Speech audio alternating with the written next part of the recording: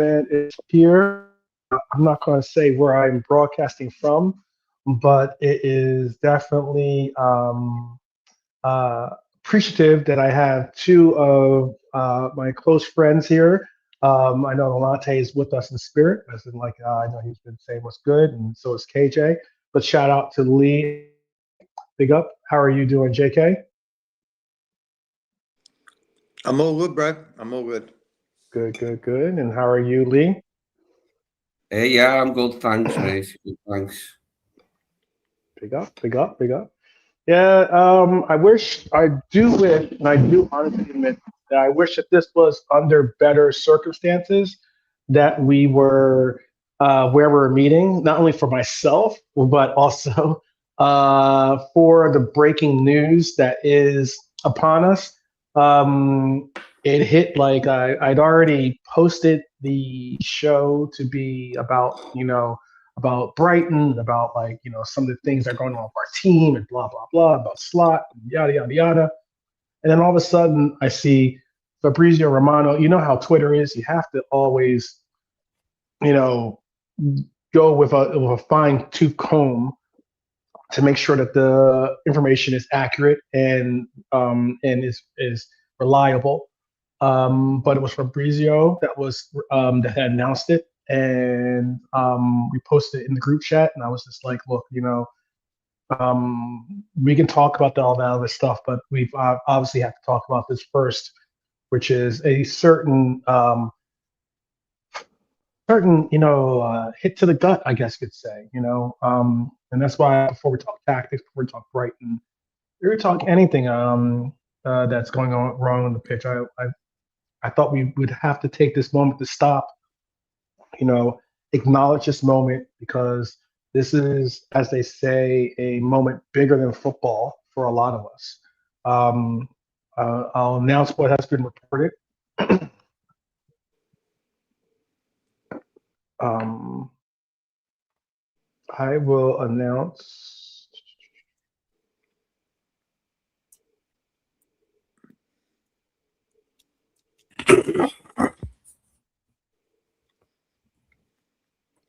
I know I might be pausing. Oh. So,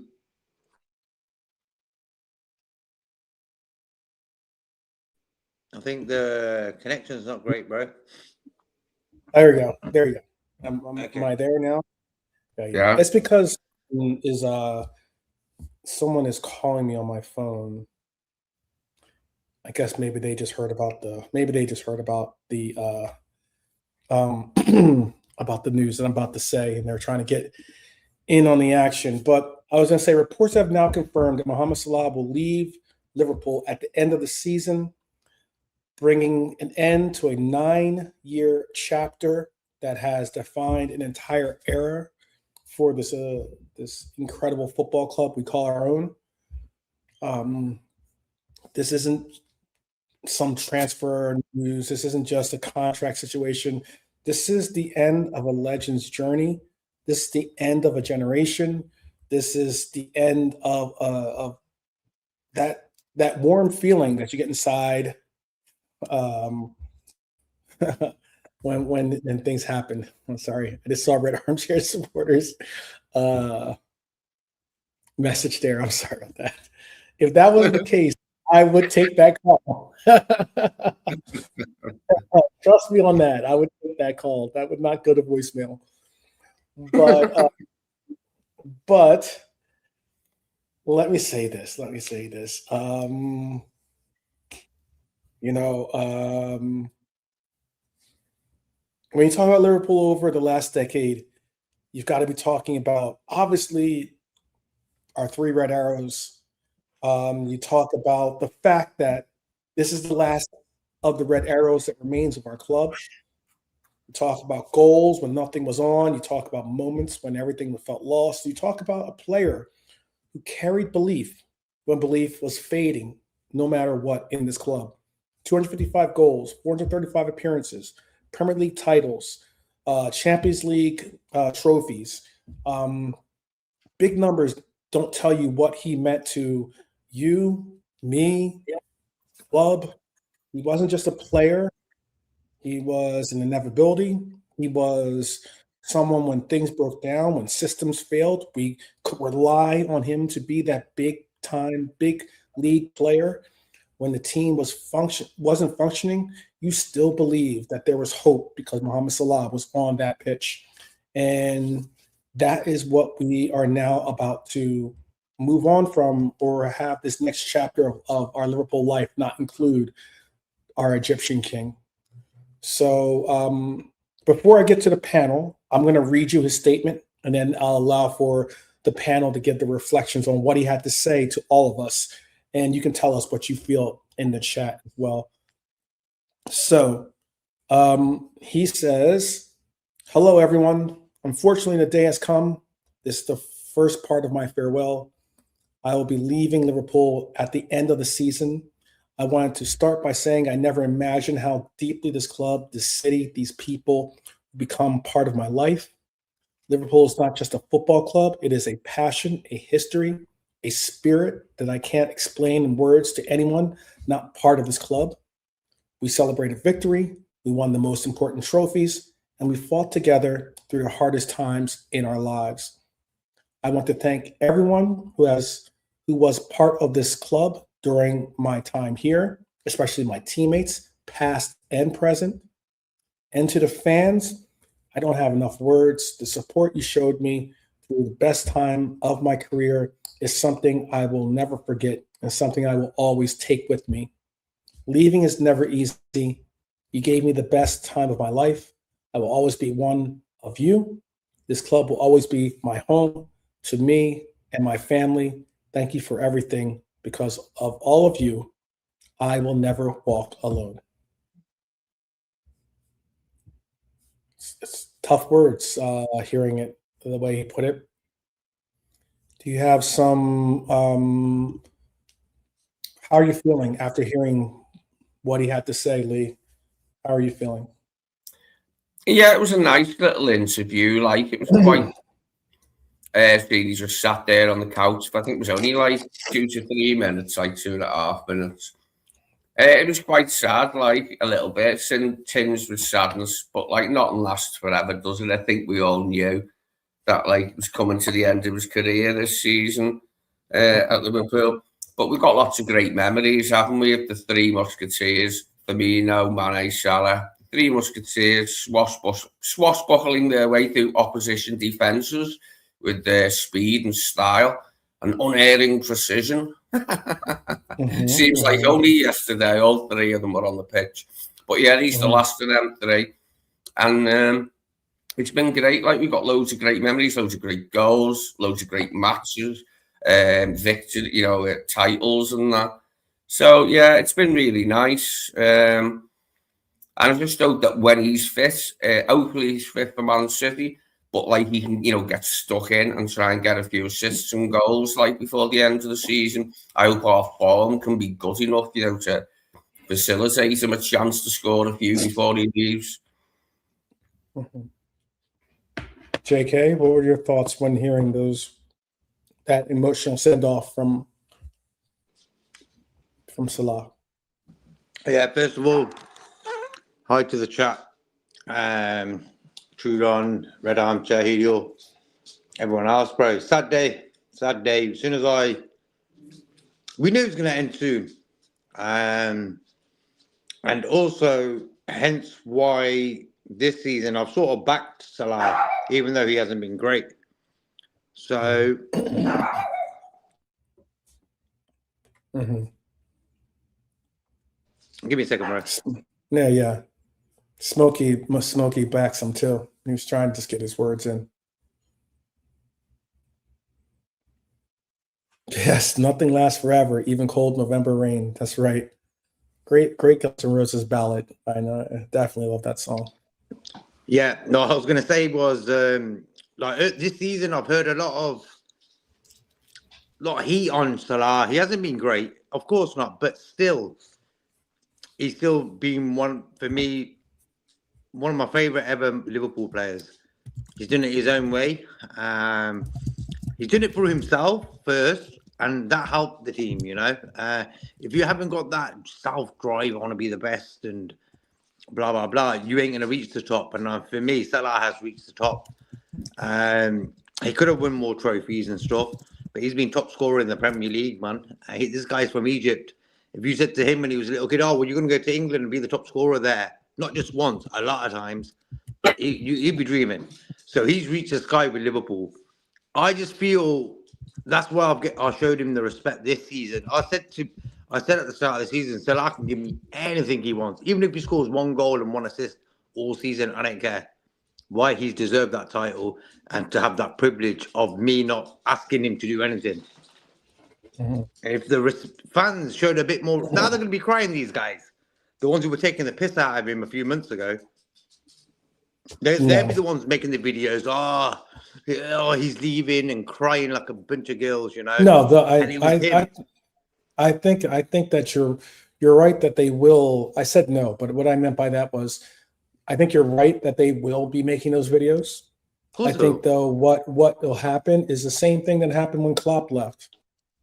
Klopp wasn't out the door, and we have revisionary history being dropped on Klopp's legacy by content creators, fellow fans and the likes, trying to, I think sometimes maybe it's a psychological thing. Maybe it's a way to deal with the grief easier, to basically lessen the stature of the player or the man himself.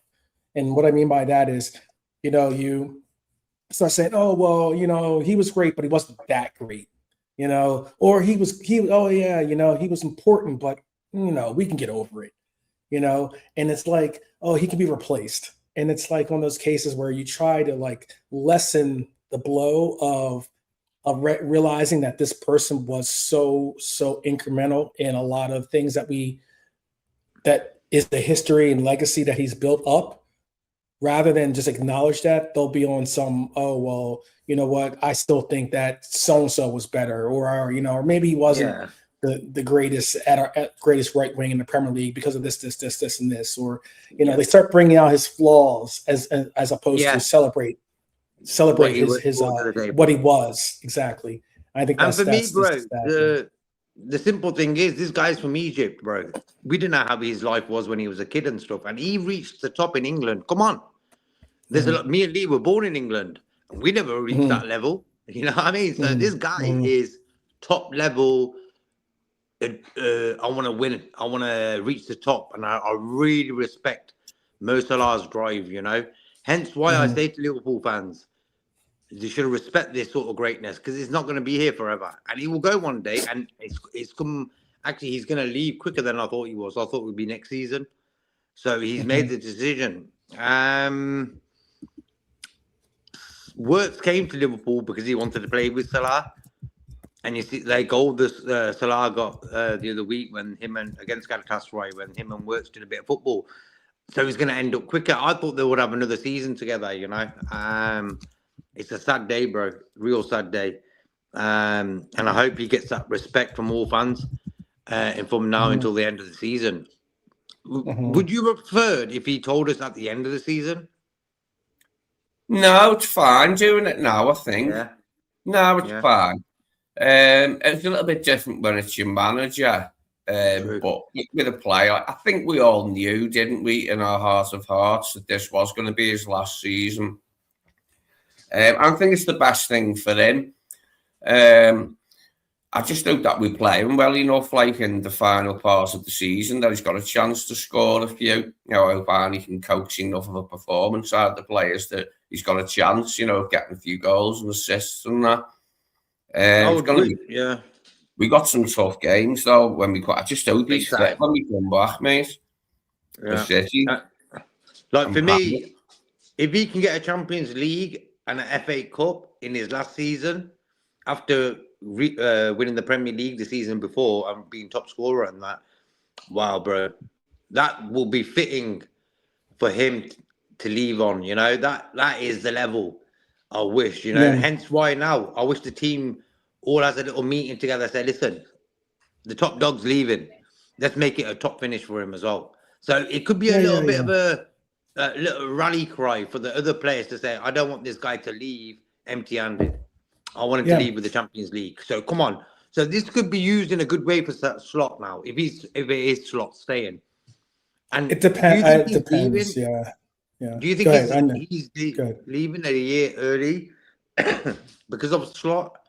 Because I'm not sure where's he going to go after this. That's another question. Those are questions. Those are big questions. I mean, like, this is all speculation. This is nothing. None of us are ITKs, but like, I can say that it does bring up the question of, okay, well, does this mean that, is Arne Slot staying? Because I mean, if Arne Slot was leaving at the end of the season, chances are then maybe he sticks around for another year. Like knowing that he's not going to be having to deal with something that he almost left in December over, which was his strained relationship with Arne Slot. Does this mean also? Does this mean now that he'll become a free agent at the end of the season? Does it mean that he is still looking to stay in the Premier League, or does it mean that he moves on? What team will he move on to? Is a huge question. Like there's other teams I'm sure would certainly appreciate a player of Mohamed Salah's stature and abilities and talents, but yet quite a few number of teams that are top tier teams, your Real Madrids or your Bayern Munichs or your or even your PSGs, all have notable players in that right wing role already. Not many teams are going to say, okay, let's bring in Salah, even on a free. Let's bring in Salah and possibly anger that right wing player that we already have to accommodate him to be a starter. Because if it wasn't a matter of him starting, because that's obviously something that he's probably angry about as well, which was originally stemmed his anger in December. If it's not about starting, then he most likely would have just ended his career here by another year. If it was like, if he could take on a backup role, then why can't he take a backup role at Liverpool?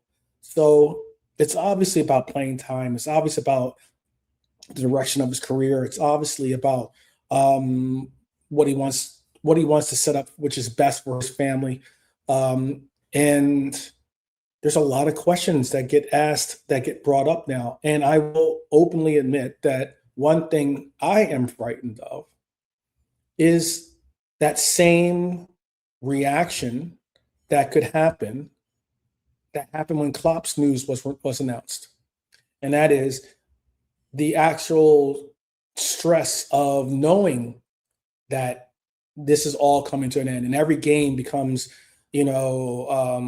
a last opportunity, the final dance with Mohamed Salah in a sense, and maybe you search out trying to get him a goal more than just playing your game. Like it's a very serious situation. I think that it's going to be very interesting how a team that is in a top 4 race is going to have to navigate now honoring possibly one of the greatest players in the Premier League era history of this team. And that is not going to be an easy dance or easy gambit. Shout out to Quasi Bold in the house. Big up Quasi. Quasi, if you want if you want to join the conversation, I can bring you in. If you want, even if you want to just talk about this, and then I don't know. I know that he's a busy man, so if you want, I can send you the link for the show. Yeah, bless up, Quasi. Always hi, Eric as well. Big up to Eric. Mm-hmm. Eric, Red Armchair supporter. Hi, Laura. All the good guys. Cedric, all in the house. Big up to every one of you. He's in the office listening. Bless up, Quasi. Right. Yeah. All right, bless up. That day, though, bro, when you look at it, that's why I say to people, always appreciate what you got, because it will end one day and it will go. So always respect it as well. Respect is the main word for me.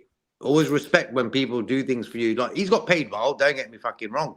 But he could have gone to another team and done all what he did for us. Yeah. He won us a couple of Premier League titles and Champions League. So he's done his fair share for us. So respect that, and I wish him well for the future. It'd be exciting to know who he's going to go to and what he's going to do. Will he get into management? All these things, but hope he gets fit now and he can come back and get involved in the important games coming up. Yeah, that's the biggest thing, is him getting back to his fitness and everything, and getting ready to be a contributor in the last stage of the season here. I also want to I guess answer a question that I saw my brethren Drifty ask, and he was wondering why now? Why would this news be released now, or why would Salah bring this out? And I think it's the same reason why I think Klopp's news. I know people, again, I'm not an ITK, but I mean, I do know how the journalism world works, being I do have a pretty extensive background in it. And I do know how even the world of the agent, playing the agent, works as well. And I would say that one of the reasons why you hear sometimes news in some of the weirdest moments, is simply because the news is out there.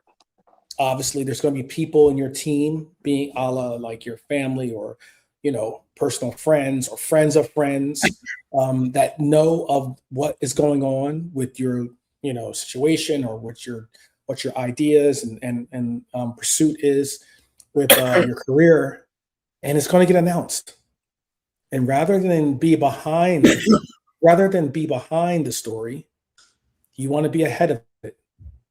So you want to have it announced on your terms. You want to be able to, get the message out there and say what it is, rather than have to answer questions about, is this news true that you're doing this, or this?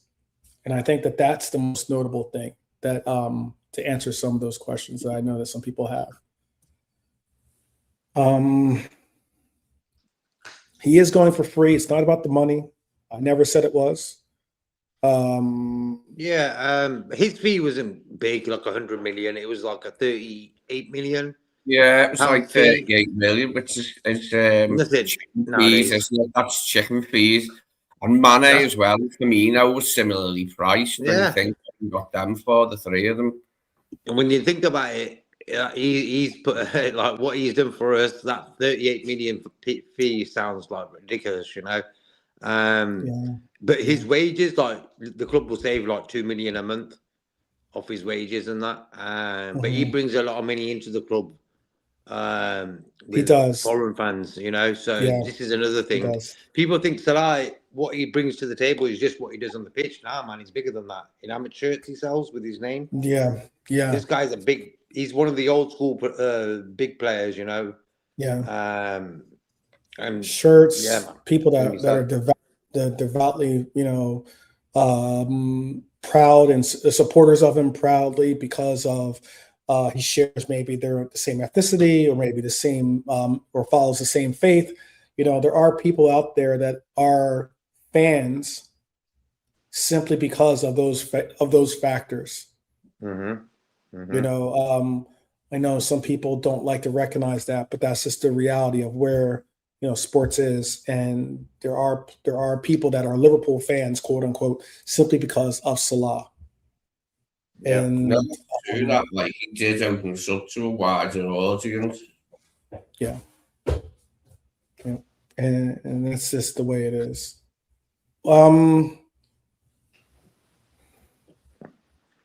It is a wild one. But can Liverpool replace what Salah brought to this team? Can they find a replacement? No. Simple as. You ain't replacing that, man. You ain't replacing that greatness there. You ain't getting rid of the Salah like that. No way. Not for that many consistent seasons. No way, man. Whoever he's going to be, and he can do that, fair play to him. But for me, you can't replace them numbers like that. You can't. No, you can't. I agree with that. I agree with your point, Quasi, too. Yeah. Because I know that there will be people that try to twist and turn this into, this is FSG trying to push Salah out the door. Look, FSG have no control over how much playing time the individual gets. That's down to the coach. And the relationship and everything else that's going on is purely Salah and what he feels is best for his career. So I agree. It's not about the money, because if it was about the money, he's one of the highest paid players in the Premier League. Yeah. And what he was making. Go ahead. I reckon like this news has taken the heat off Slot as well. Like I'm expecting him to be maybe sacked in this international break, and I don't reckon that's going to happen. Yeah, but this is sort of taking the heat off that, and timing wise, I don't know. Everyone makes decisions. It does, JK, but only for a brief time. It sort of hogs the headlines vis-a-vis Liverpool in the media for a couple of days, perhaps. But after that, focus will be back on Slot. I get what you're saying, though. And it is massive news. Like, it's bigger than anything else today that's come out of the club or to do with the club. Yeah, no, trust. Look, this whole episode was supposed to be about our Brighton shortcomings. Yeah, our shortcomings against Brighton. About maybe some of the players. I haven't seen you since then, bro. It's been like years. You know what I mean? Yeah, it feels like that's how bad that game was, man. Lord of mercy. Yeah. I wasn't hiding, people. I wasn't hiding. I had other things going on that I had to obviously take care of. And I'm even taking care of currently. I'm just, this was just, I planned on doing a show, and I know how the YouTube algorithm works. If you stay away for too long, it will absolutely betray your trust and look for ways to diminish your ability to keep your brethren and your subscribers together. So they must have a replacement lined up on similar wages. I don't think they do. I don't think Elise would garner the salary that Salah is making. Not saying that Elise is not a good player. Not saying that he's not, whatever. But I mean, let's be honest. Salah was reportedly earning 20 million a year. 20 million pounds a year. At least 20 million pounds. Some have the figure even higher than that. So that is no small chickens, I guess you call it, or whatever you want to call it. And and annually this year, I was going to say real quick, annually this year, it's estimated, but his base salary, Elise's base salary, is 13.5 million euros a year. So about 250 a week. Yeah, so you can do the math on that one. That's not nearly the 400,000 or change that Salah makes. Well, I like the notions coming out of Germany that Elise himself likes the idea of a move to Liverpool, or be open to one if it ever transpired. I believe that is true from what I've heard, but it doesn't mean an awful lot. A lot of players can say, yeah, I like that club, it wouldn't be bad playing for them. Doesn't automatically mean that they're going to sign for you, but it was good to hear anyway. And obviously Diamande is another one we'll hopefully be looking at, isn't he, for the other side? I don't like, as soon as a player gets attached to Liverpool and it's a long one, like his name's been around a year or two now, blah blah blah. You know how Liverpool roll. They get players you would never think they're getting. Szoboszlai, Wirtz, to mention two. There was no, we're after Szoboszlai and Wirtz for years. No, it was never said. Bang, it was done. Hence why this Elise thing is getting a bit cringe in the same way Bellingham did. And so hence why I'm not getting excited about no Elise. We might even have to play this guy in the Champions League. So, Yeah, we might. Next season's problems, bro. I'm more bothered about what we're going to do when this international break is over. Elise is, for me, a top player, don't get me wrong. But everyone's coming out with things like, he wants to pay for Liverpool. His parents were at the Brighton game, I heard. They were. Actually, they were. Yeah. They were, they were, yeah? Yeah, they were. So it's one of those cases where you're right. You hear that and you're like, oh, well, Why didn't they come to the Galatasaray game? You know what I mean? Yeah. It's a little bit. Maybe it's a little bit easier. Maybe it's a little bit closer to where they live. Maybe. Yeah, South London or whatever. Hi, Jimmy, as well in the chat. What I would want the club to rule out as a possible move for Diaby, who used to play for Villa, who apparently will be available for a reasonable price from Saudi this summer. Because I thought Diaby was smashing for Villa. I think he's a very exciting forward. We'd have to see if he could do it on a more regular basis for us, but he'd be playing with a lot better players, and I really liked him for Villa, Diaby. I think he's a smashing little forward. He just disappeared. He came in for a season and from Leverkusen and disappeared. You know what I mean? It was weird, man. Yeah. Well, he played that well. He got that move. Just when Saudi come in for the player, it's always one that's like doing really, because Duran was doing really well when he came in for him. Same thing with Diaby. But apparently he's available like this summer. I'd like to think we'd be in the mix for that. You know which player I'd love to get is Rafinha from Barcelona. I reckon he's quite. He's Leeds. I wanted him when he was at Leeds as a possible moment. Yeah, he's turned into a top player, man. Yeah. Sorry, I just seen Trudon's avatar. His avatars are ruthless, to say the least. Let's not get into it. Let's not even bring up what it is. I'm just saying that it's a ruthless one. Big up to Trudon, though. And big up to Jimmy. Big up to Andy as well, joining us. So where do we go from here? Where do we go from here? Do you have any answers as to where we should look to go from here, basically? Well, Manchester's the next stop in it after the international break. I just hope we don't pick up any injuries on the international break, because that will only add to the hardships we're under to get, Is United our first game after the break? City, the FA Cup. It's the FA Cup. Yes. Yeah, it's another lovely early morning kickoff for you, but it's 12:45 this one, so you get an extra 15 minutes. Yeah, so I get so it's 4:45 in the morning rather than 4:30 in the morning. Yay! Hey, the sun might have even come up by that time, mightn't it? Where you live? No. It's not even up. It'll be dark out. It'll be dark. Well, I mean, for many other reasons. Do well to get a result off them, because they've just obviously won the League Cup. I've got to be honest, I did not watch the final. I didn't have it in me, the interest in me in football, like with the way we were playing, to watch them two playing. But I did get a little laugh out of it, I suppose, like Arsenal are maybe the all-conquering side that they think they are. That was great. Yeah. That was. I don't know if you catched it 12 over the weekend, the final. I was really happy about that. I watched the final. Look, City won. You don't even know that City won. Imagine Arsenal won, bro. You'd definitely know about it. Oh, so you would have known about it. But like I said, shout out to KJ.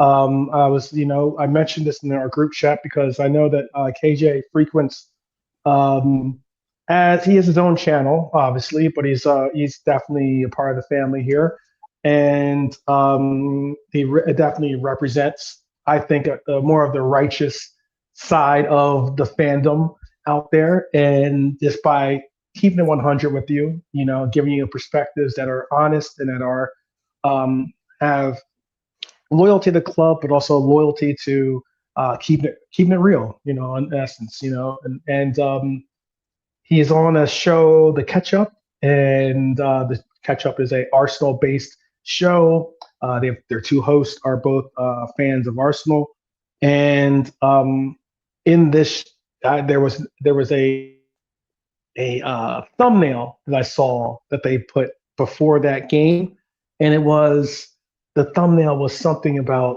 I want to make sure I get it accurately right. So let me make sure I show you what it was. It was. Where is it? It was Arsenal's first of the quad, question mark. City to go trophyless, question mark. And he had he had Manchester City fans on that show. He had Deji, the Spurs guy on there, and he had like Arsenal fans, and he had a Nottingham Forest fan, I think it was. I think that's what he is. I don't know. He goes by the name of Ram. But anyway,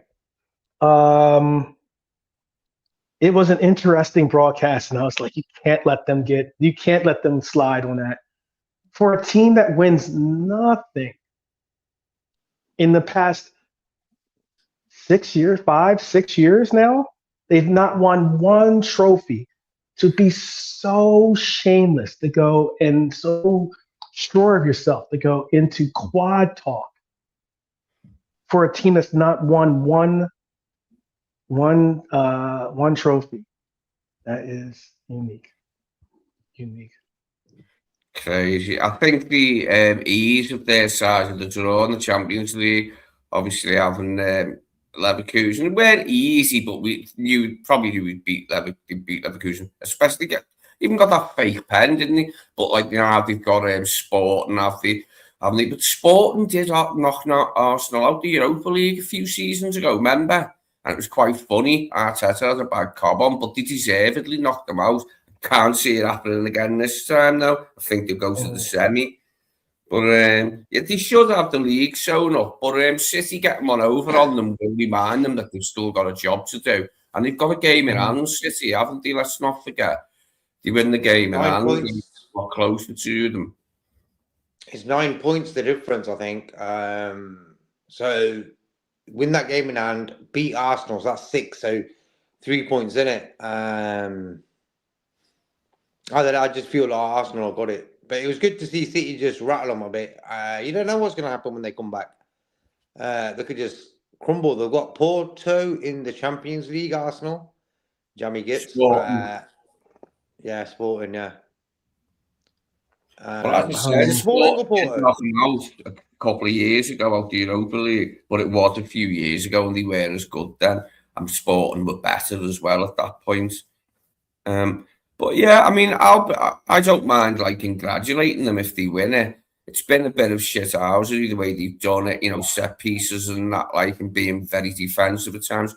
But you've still got to win the league, and it is a hard league to win. Liverpool fans know that as well as any because we went without for so long. It's a very hard league to win, and if they do it, I'll congratulate them. But it'll be through cheat slightly, like. Yeah. I'd be more interested in a complete collapse by Arsenal, by City. Emery lifts the trophy at the end of this season. I'd be happy for that. I'd be happy not only that Emery lifts the trophy. I'd be happy to see Harvey Elliott, ringlets, lift the trophy at the end of the year and say, hey, City, get out of here, or something. I don't know. Arsenal, get out of here. Get out. Like Moreno. Oh man, that'd be good. That'd be good. I think Arsenal have lived many years on that hype thing about we could win this.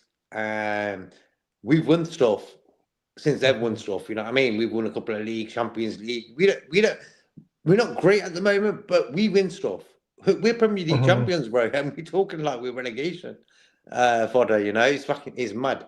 So I just feel if we can make a nice little move with the manager now, we could sort of resurrect our season and give the players a new type of energy.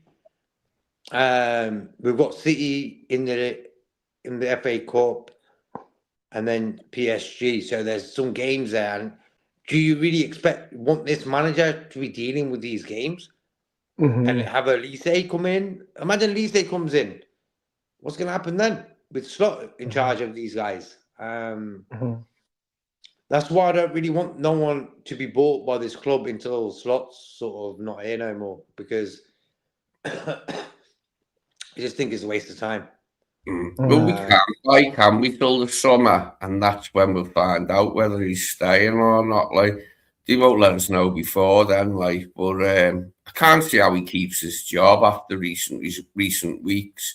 It's been too, like, the drop off's been too severe.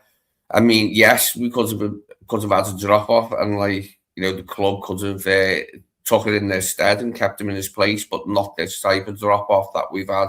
We have been useless and boring to watch most of the season. Let's not forget. So them two things together are a massive no-no for this football club. Boring football that doesn't even win games. Yeah, no, trust me. I know that Trudon just brought up the fact that if a collapse by both the one and two seeds in the table would mean that United would have more likely a chance. They're 1 point ahead of Villa at the current status. So technically, yes, I understand that, but I would argue to say that United have a much tougher have a pretty tough run towards the end of the season. They face obviously Leeds United, who is a better team, who's most likely not going to be relegated, but a team that has shown a couple of teams a headache or two, us as well.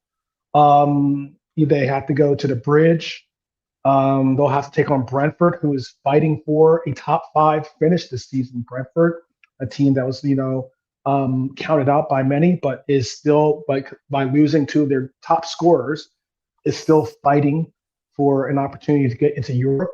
And by that time, it would be them knocking on the door of getting into maybe Conference League or Europa or even Champions League. Who knows? Then they have to face us at Old Toilet. And then they have to go to Sunderland.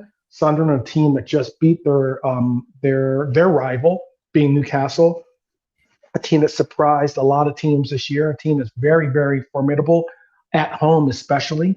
Until we went there, I think they were undefeated at home.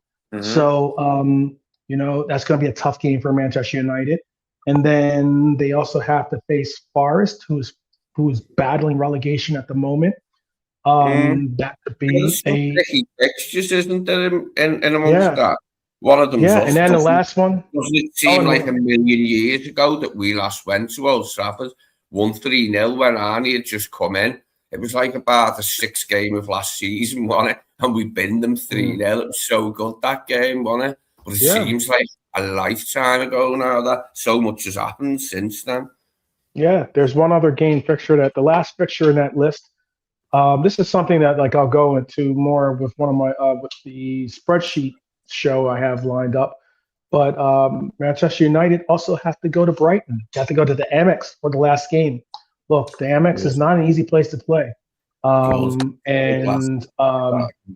could be very upset settings for themselves, considering that Brighton have really picked up form as of late.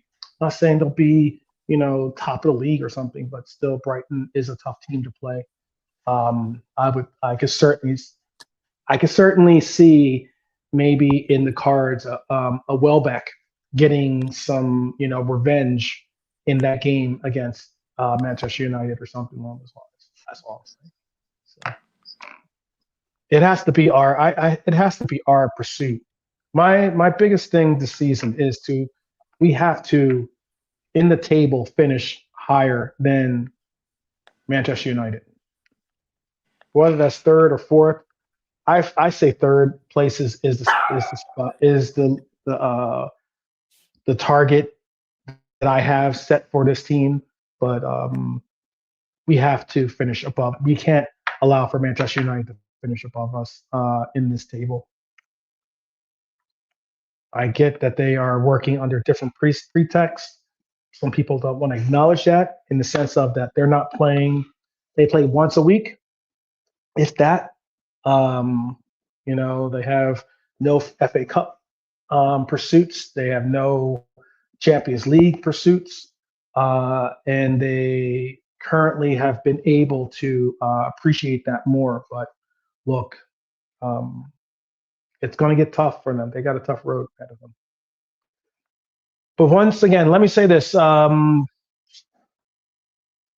Long may the legacy and the memory of this legend continue on. We still have what, 7 matches left to express our appreciation for this living legend that is Salah, and it is a player that I hope I hope we don't see too much revisionary history be placed upon him.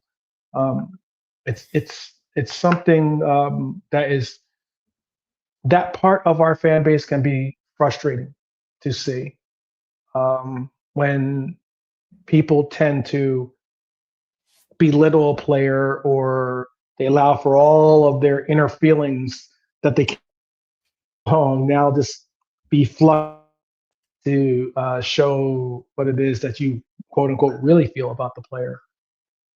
I'm hoping that that's not the case and that properly this, this living legend a proper send off the way he deserves it. Did you guys want to say something before we move on? Yeah, we've got 10 games minimum left in the season, haven't we? The 2 legs against Paris and the No, game that's a good against. point. That's a good point. Yeah.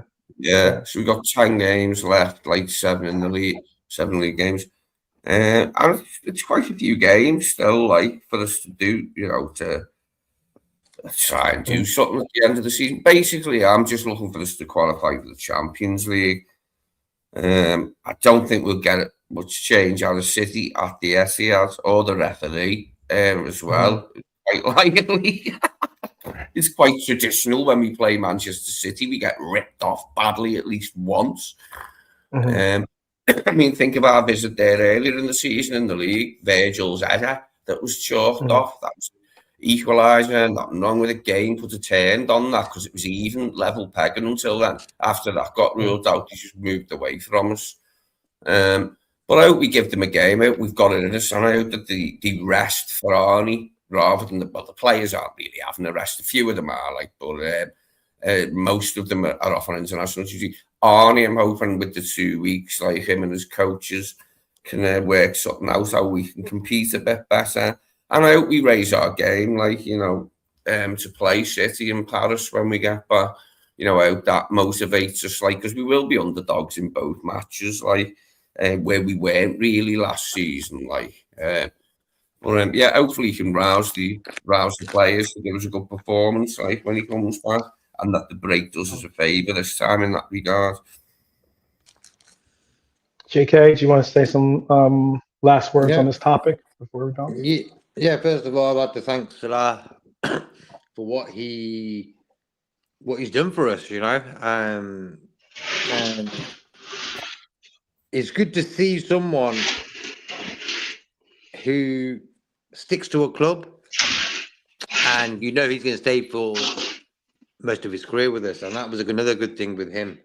He could have gone to any club in the world after about 2-3 seasons there. He could have, but he decided, no, I'm staying at Liverpool, and the rest is history. I just think there's enough games there left for him to get involved in and win another trophy before he leaves. That's my wish for him. But all in all, bro, what a player.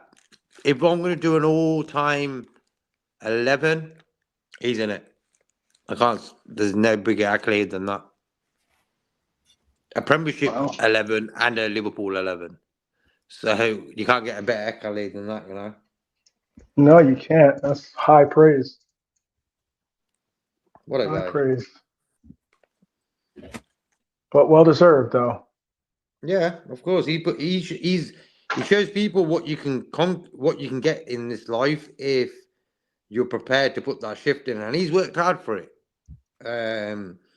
He came to Chelsea, was okay. Then he went to Rome and this, that, and the other and stuff. So, and then he came back to the Premier League.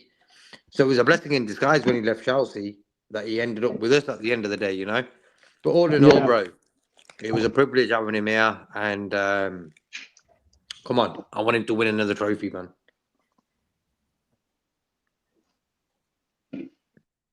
Very much so. I want us to win another trophy. but I want us to win multiple trophies.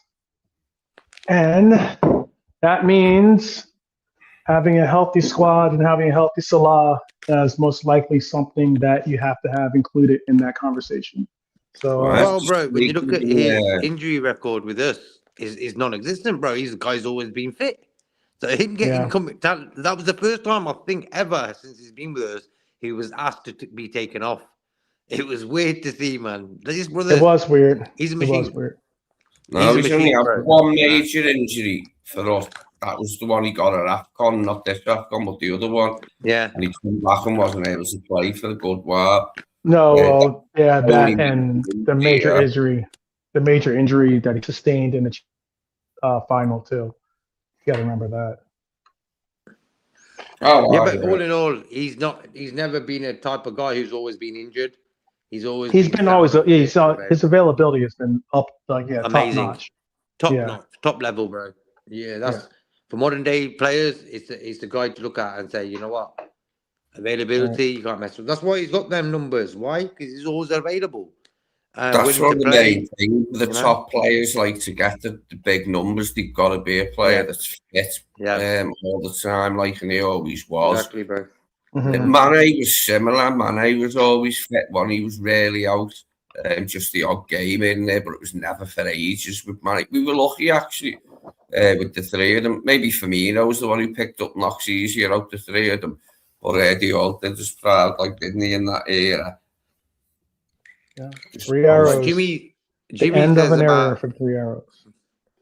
Jimmy says on about a statue at Anfield for Salah. I would. He's a great as well, you know. I know we've had other like is Gerrard's there? You know, for me, we don't really do statues of all players, really. We've done the managers, but we don't really do players. I would do like a Hansen, Dalglish, Gerrard, Salah. Don't say Jamie Carragher. Sort of statues, you know, of all our great players. I don't think that there's any player statue. There's statues of coaches. Mm-hmm. Like I wouldn't be against seeing a statue of Jurgen at the club, but I think you got Shankly, you got Paisley. I think you've got one of Kenny Argy's got a stand. Well, he's got a stand, yeah. You know what I mean? I think there's one of like I'm trying to the founder of Liverpool. I think that there's one of like the actual like, you know, of John Holding. Mm-hmm. I think there's a sculpture of. I think there is. I might be wrong about that. Correct me if I'm wrong, people. I'm sure there are. You know, Lee's gone quiet at the wrong time, but yeah, he's eating chocolates or something, or something in the background there. Okay, you are. What are you doing? It was a packet of crisps. Pickled onion crisps. You could hear you taking the wrapper off. I could hear that. Nice and tangy. But yeah, I think that there is one of. I think there's only of Shankly, Paisley, and then like one of again of if I'm. Do you know Lee? I think John Holding. We got the Shankly gate, the Paisley gate, and the statue. One of Tenure statue. I can't remember. I forget. Mm-hmm. There'll be a statue of Arnie Slot. La la la la la la. There you go. Yeah. The pigeons can poo on his head. Yeah, only joking. Yeah, we're only joking. All right. Well, let's get into some of this conversation that I originally had set up for us. Because with the reality setting in, that loss was a major, flat tire, or you could call it a dent, or whatever you want to call it, in this car that is trying to reach top 4 status. We go from one of our best performances in Europe to what we saw against Brighton. It was an absolute shock. And after what was certainly a flat, lifeless, passive football match, we lose again. We fail again this season for the 10th time. And once again, Wow. we fail to capitalize when rivals drop points. Mm-hmm. We saw Chelsea drop points. We saw Manchester United drop points. Villa won, but we did see these teams that we are in a real push to get top four with drop points and give us an opportunity to gain ground. And obviously, not many of us saw this happening. We thought we were at least warranted or at least we would get some type of result, whether it was a draw, but at least some type of points, 1 or 3 points, one of the three, one of the two. But that's not the case. This is the identity of this team. One game we're back, next game, where are these players' heads? Where is the passion? Where is the courage? Where is the fight? This has been Liverpool's 25-26 season, and let me ask you this. After we equalized, did you feel like we were going to go and win that game? Did you feel pressure building? Did you feel momentum? I didn't. But I'm asking you, did you? Against Brighton? Yes, against Brighton. No. I just thought it was I thought we could have won it, even after we equalised before they went 2-1 up. I thought at that point we could have still won it, but there just wasn't enough there. We didn't create anything, did we? The goal came from a mistake. I think all we created was from a set piece, wasn't it? There was just nothing creatively. After Hugo went off early, we were left with Gakpo on his side and Verts trying to back him up, and it just didn't work, did it? Let me say this though. Let me say not to cut you off. I just want to quickly interject this, Lee. Let's give credit to a fantastic finish from Kirkez. That was like a striker style finish that he had on that mistake goal that you're calling it. It was great. The way he reacted to knowing that there was going to be that opportunity, that giveaway, the way that he was able to, basically chip it over, in essence, the goalkeeper, the way he was. That is not an easy finish, people. That is not an easy finish. They showed you it on the replay, didn't they? From when the kick went up from Allison, was it Allison at the weekends? Anyway, when the kick went up, he just followed it, didn't he? And then dunked back at it, and he was in. But he followed it all the way. You could see him running from deep, just open that there was a mistake, and there was. And it was a great finish, it was a nice little dink, just he hit it just right, exactly right. I didn't think that there was an opportunity for in that game. If anything, I was hoping that we could either hang on to a draw or, which is sad to say, people. That is a sad state of reality for us. I was hoping that we could hang on to a draw, or we could get as far as getting, stealing points, basically, smash and grab, whatever they call it, kind of case. So I was hoping. Won it. I only mean it looked that way. As it turned out, we couldn't have won it because we just didn't create any chances to do so. I thought when it was 0-0 and 1-1, I thought at times we thought, we could do something here, but we just never got on and did what I thought we could do. And Hugo, that was the nail in the coffin. Losing Hugo, it left us very disjointed in an attacking sense as far as getting any momentum going is concerned. And it was visible. We were a bit toothless, weren't we, going forward? Yeah. And with us not creating a lot ourselves, that allowed pressure on us then for them to work positions and then put us under the cosh. That's what they did. Ended up winning the game. And we had no complaints, could we, about them winning the game? I would say I would like to put proper context on this, because this game, I would like to say, let's be real, something that I don't think I don't think that most really recognized and most wanted to even, I don't say acknowledge, but most wanted to even put into the conversation. But this game was already difficult. And what I mean by it was going to be difficult was because A, we're going up against a team that is in form. B, we're going on the road against that team.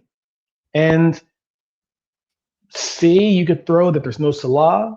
D, you could throw there's no Allison. E, you could even put the simple fact that the way that we were lined up in this 4-4-2, or if you want to call it a 4-2-2-2, okay, something that a lot of us have been asking for some time, to within 6 minutes lose your only striker.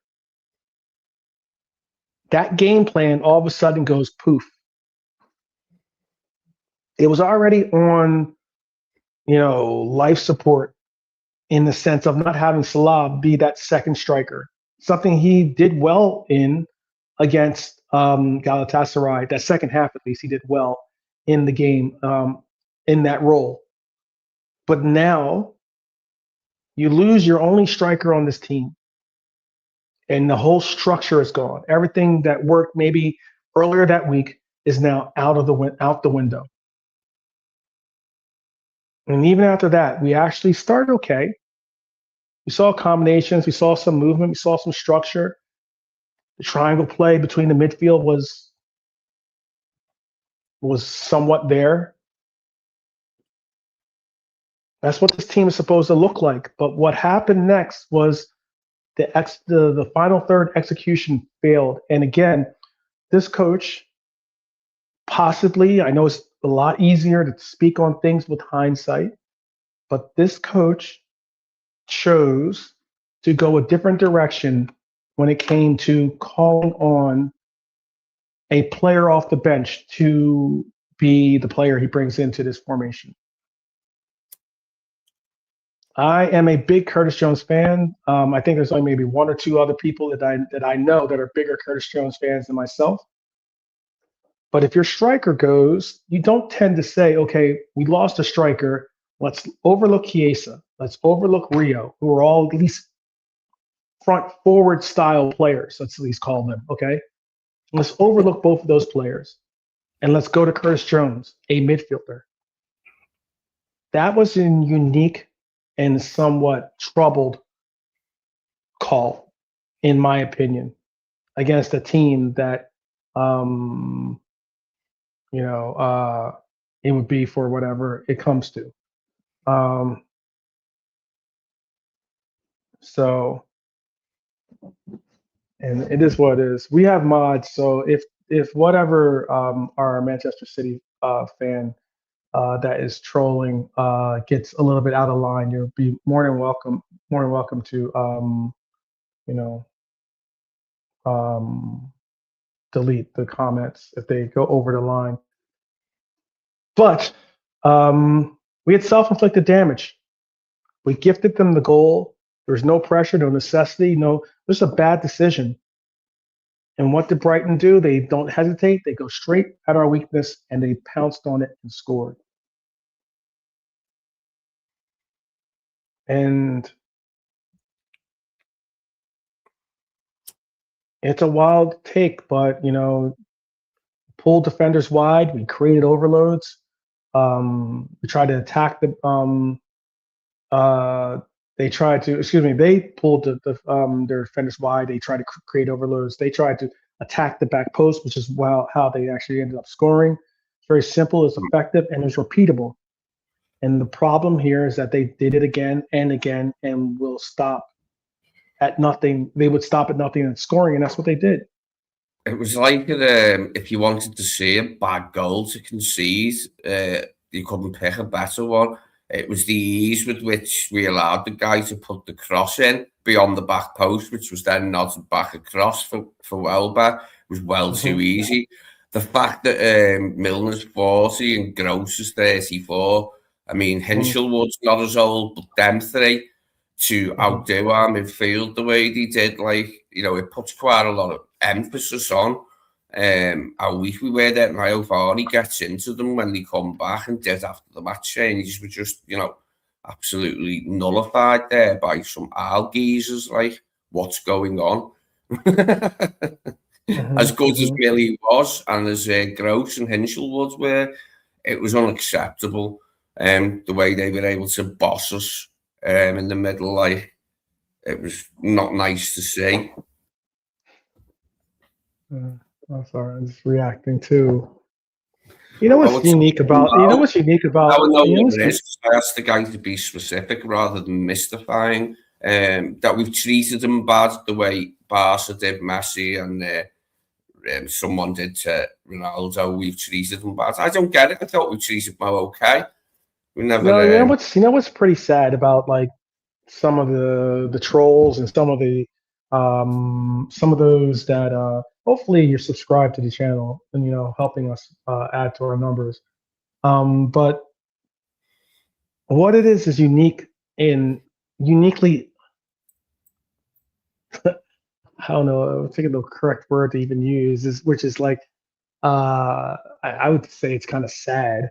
Is that, like, when you hear people say comments like that about, there was a dirty move that that Real Madrid did against CR7. It's a dirty move that Barcelona did against Messi. What was dirty about the move that Barcelona did against Messi? What was dirty about the move that we did against Salah? There's no dirtiness. I mean, like, if that's dirtiness, take a look in your own, like, as in, you shouldn't throw those in glass houses, shouldn't throw stones, because someone could easily say that there is a player, possibly one of the greatest midfielders of Manchester City history, in KDB, that left City not under his own terms. So, like, when you hear this blah, blah, blah, blah, blah, bring it down, worry about your own house, and then breathe. Well, I'd like to know more about what it is we're supposed to have done to Mo, the coward move we've done. What, letting him go on a free? Is that a coward move? Should we have, like, held a club to ransom for him and asked for a massive fee and, like, held him at ransom? Would that have been more to your liking? I don't get it. What did we do that was coward move? There's nothing that is to do with coward, and I think that you should watch your tone when you approach people about calling them cowards and this or that. We can have a conversation about what you think, but if you're going to start talking about conversation when you don't know what it is they mean, I don't get what the coward move was. It doesn't make sense. Mo's has a great career. Then again, Lee, we're talking about a Manchester City fan, someone that has 130 charges hanging around their neck, like albatrosses, like barnacles on their ship. 130 barnacles on their ship, and they're like floating around the bay, thinking, "Don't we have the prettiest ship ever? Aren't we beautiful?" It's the reason why I have no real, like, tolerance or even care about City.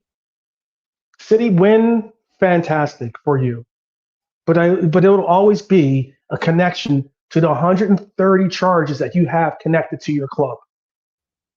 The over a decade of cheating, alleged cheating, that you were just able to say you don't care, you're willing to just allow for it to continue because that's how low you will go. That says more about you, your club, and maybe you personally than it says about any of us in this football atmosphere that we all share.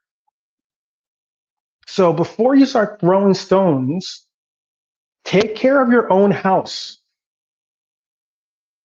Take care of your own house. Then join the conversation. Respectfully join the conversation. Don't call people cowards. Don't try to, like, subjugate certain parts of history as if you didn't have hands or parts in it.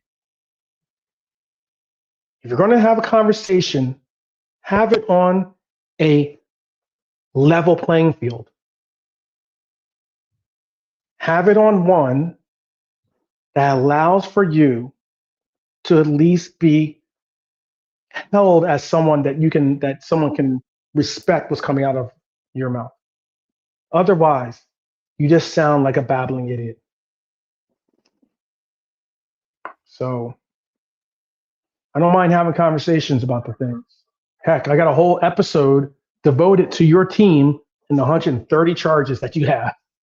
So if you want to tune in there, maybe educate yourself on what's going on, I'll be more than interested to see you be a part of that show than being a part of a show trying to belittle one of our living legends and trying to take away our opportunity to properly acknowledge that we are all sorry and sad to see this player leave our team, and have to know that we're going to have to prepare for that day when he will no longer be an active Liverpool Red. So I know I got a little bit under my skin here. No, I think SBO's care had come in and took the phone off him. Maybe so. Maybe that's what happened. All right. Back to what we were talking about, which is our problems, our issues, acknowledging the things that are getting going on from our end or our side of our own house, let's call it, okay? Dealing with what is going on in our own house. And that is, I want to talk about match mentality, because let's take it beyond just the match league. And hopefully JK is going to be a part of this conversation too. Because I know that he is well versed. I know that he's very passionate about this concept of the game. But if you've ever been to a game, or if you've ever participated in a game, you know what the bus ride feels like after a loss, especially like this. It's usually silent. There's usually frustration. You might have the point where some are in such disbelief that they're not talking. You might have some where they're angrily barking out their frustrations at each other's, or maybe to themselves. But let's talk about the real issue, and that is the system that we're currently getting involved in. Because I saw something that was very interesting. Shout out to Matt, because I know that Matt broke it down on like this, and from Coppish, and it was something also that I again have another episode that's lined up to talk about whether we play too slow and how we play. Slot wants control. He wants structure. He wants positional discipline. But what we are seeing is confusion, disconnection, and no patterns of play. Players don't know where teammates will be, when to press, when to move. In my opinion, and before I even get into this deep dive, I'm going to ask the panel, and I'll even ask you in the chat. Do you agree with that assessment? Do you feel that this club feels disconnected?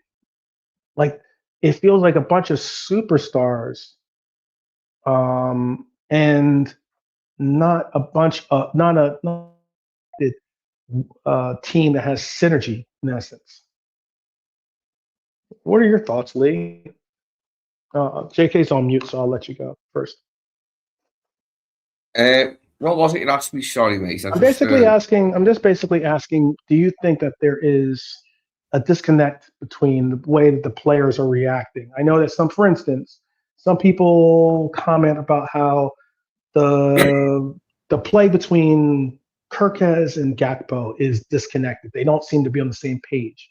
Or some might talk about there's been a disconnect between Mackin and Gravenberch this year. Or, yeah. there hasn't been a reliable connection between Verts and or Verts and Eketike or whatever. No, Those I'll guys. repeat. I'll repeat something I said last night on Brian's show. They look like strangers sometimes, the players, and in midfield specifically, McAllister and Gravenberch compared to the McAllister and Gravenberch pivot we had last season when we won the league. The two of them this season have looked like strangers at times, and it's been the same in other areas as well, and that's never a good thing. Like when players just look like they don't know each other's game and how to complement each other during a match, how to play together. It's yeah, it's been a little bit like that. I don't think I'm going too far in saying that at times the midfield have looked like strangers. Some of that's been getting used to a change in the way we're playing, etc. But yeah, for sure. Okay. Yeah, I mean, my assessment of this, there was something that I thought I wanted to break down, and there's something that, like, again, I know I'm interested to have this conversation because um, I know that I've gotten very passionate about my opinions on this player and even the role for our club. And when it comes to Liverpool, we play. It's somewhat of a high block. Out of possession, we don't press. We cut lines, basically. That's fine in theory, but in reality, teams tend to just go over the top. They tend to just throw long balls over a defense that is high, pressing high, and looking for trying to cut off passing lanes. Okay, and every single time, that's what you tend to see is, like, a pass out to one of the wingers that has pace, that's able to get underneath the ball, or maybe it's a that gets in between to their striker and is able to have pace, get behind it, and end up creating an opportunity for their team. You cannot play a high block without pressing on the ball, though, at least in my opinion. I think that is virtual suicide in the Premier League. But there is something I wanted to address, and it's something unique because I heard a particular player. We know how Scapegoat FC goes. One of the players that was prevalent in Scapegoat FC has been Cody Gakpo, but I'm going to focus on, because I have a whole separate conversation for him later on in this international break. But I want to focus on a certain player that tends to get a lot of, who has been on and off criticized, rightfully so sometimes, wrongfully so in others, I think, and that is, I think that, like, I wanted to talk about Gravenberch. Because I wanted to address something. I have gone back and forth with arguments with Brian, or with even Cal, or maybe even arguments with some of the audience, sometimes even panel members, on really what Gravenberch is for this team. And what I wanted to get on is a conversation about what I think is a misdiagnosis on the player. I don't think Gravenberch is the problem. And what I mean by that is, he's not a destroyer. He's not a regista. He's not a 10. He is a box-to-box 8 playing the DM in a system that asks him to intercept, cover, and progress the ball forward. And guess what? He does all of those things at elite levels. He is in the top percentile when it comes to players in those categories. Now, the conversation I wanted to have, and I'm sure I'll get pushback from others in the chat. I'm looking forward to it, and I'm looking forward to your comments. I'm even looking forward to what the panel has to say. And that is, when it comes to Gravenberch, I think where people tend to lose focus on is exactly what I just spoke on about Arne Slot's system. I spoke on a system that needs a high block that wants to intercept passes, cut off passing lanes. I just told you who is the best player on our team at doing that. And yet I still hear people saying we need a DM. Now, what is my misconnect with it? And again, I want to hear what you have to say in the chat. I want to hear what you have to say in the panel. What I think is the misconnect with this is this. A regista, or even a destroyer, which is often the DM source of reference when it comes to DM. Even a destroyer does not create those things that we're talking about that Arne Slot wants in his system. And again, I'll repeat, he wants a player that can intercept the ball. He wants a player that can cover, meaning he can cover ground. He's quick enough, athletic enough to be able to cover ground from front, from being forward to getting to recovering backwards. And he wants a player that if he gets the ball, he's able to progress.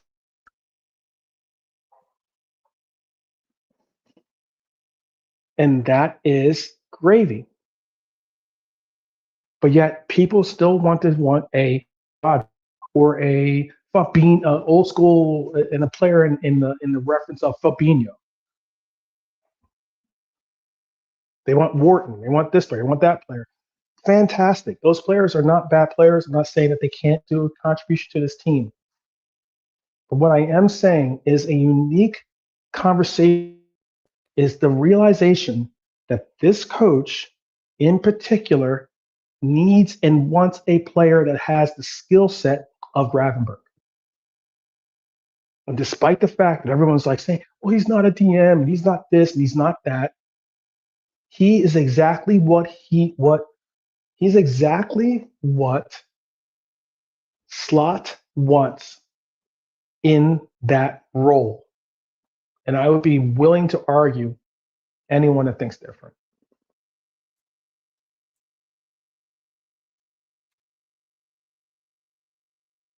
Lee, having said, I don't know if you were listening to everything I was saying, or even JK. Yeah, I was listening.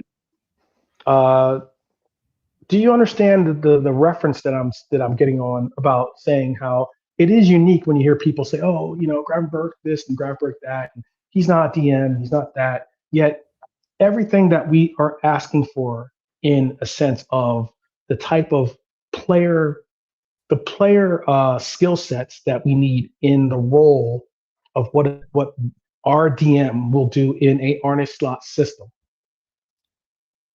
is exactly what Gravenberch excels at. Now, this season has been a struggle, but it has been a struggle for every player on our team. I think as a collective, we have fallen below our standards. As far as saying Gravenberch isn't capable of role, or do you disagree? No, he's not incapable of it, but he needs help, I think. I haven't really got a particular player in mind for the help that he needs, but he needs someone else in there with him, I think, next season. Because it just doesn't work this season in midfield. For us to get the best out of it, we've got to have a strong base behind him that can protect the defence so he can work his magic. And I just feel we need someone else in there with him. That's not to say he can't do the job, and sometimes we couldn't play still with him as the 6 and somebody else, but we need another player in there, definitely. I would say we probably need another body as well, somewhere in midfield, just to have enough choice. We need more midfielders to choose from next season. We just haven't had enough. Endo isn't a choice to Slot even when he's fit, which he isn't now, which leaves us with 4 players. And, well, it's Curtis, isn't it, as well? But we haven't got a big choice, have we? Like, none of them are really brilliant defensively. I'd say any of them players like Vert, Soboslai, Curtis, Graf can defend, but it's not his natural instinct. So I just feel that we do need someone in there with him. I don't know who that is, but But it's not that we couldn't just use him as a 6 again sometimes, like when we need to. But I would like to see him in, maybe if we're going to continue with a double pivot, to be someone else in there with him who can help shield the defense. Now, I can agree that I am looking forward to seeing McAllister be pushed further up into a 10 role for our club rather than in a pivot role with Grav. I think Grav does better when he has Dom, or if anything, if we were able to, let's say, get Camavinga, who's a player that is highly coveted by me, but I know not so much by others. I would go as far as to say, like, if we were able to have a very versatile, athletic pivot with Grav and another player, then maybe we're having a different conversation.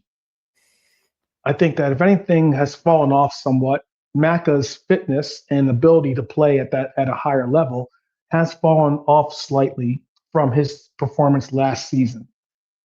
And a result is our pivot has certainly suffered. But I'm going to go as far as to say the truth of what people overlook, I think, quite often, is we all want to have a fall guy.